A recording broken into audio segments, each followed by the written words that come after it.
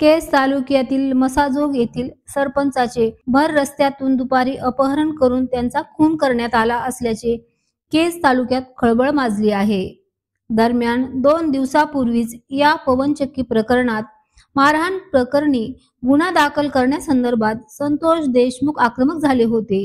याच प्रकरणातूनच हे हत्याकांड झाल्याचं समोर येत आहे। मसाजोगकडे जात होते त्यावेळी शिवराज देशमुख हे गाडी चालवित होते।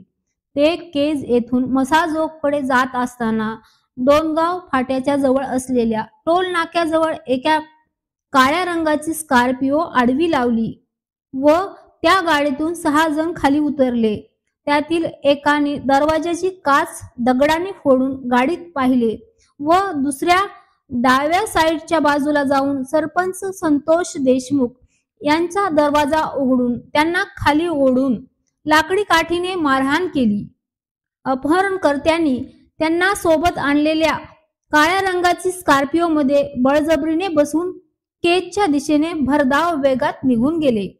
यांचा मृतदेह केज ते नांदूर घाट रस्त्यावर दहिटणा फाटा येथे आढळून आला।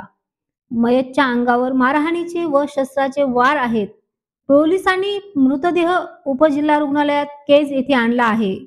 दरम्यान सुदर्शन घुले यांनी दिनांक 6 डिसेंबर रोजी मसाजोग येथे अवधा पवन ऊर्जा या पवनचक्की प्रकल्पाच्या अधिकारी आणि कर्मचाऱ्यांना मारहाण केल्याची घटना घडली होती। या प्रकरणावर सुरक्षा रक्षक म्हणून काम करीत असलेले सुरक्षा रक्षक हे मसाजोग येथील असल्याचे सरपंच संतोष देशमुख यांनी यात हस्तक्षेप करून मारहाण करणाऱ्यावर गुन्हा दाखल करण्याची मागणी केली होती।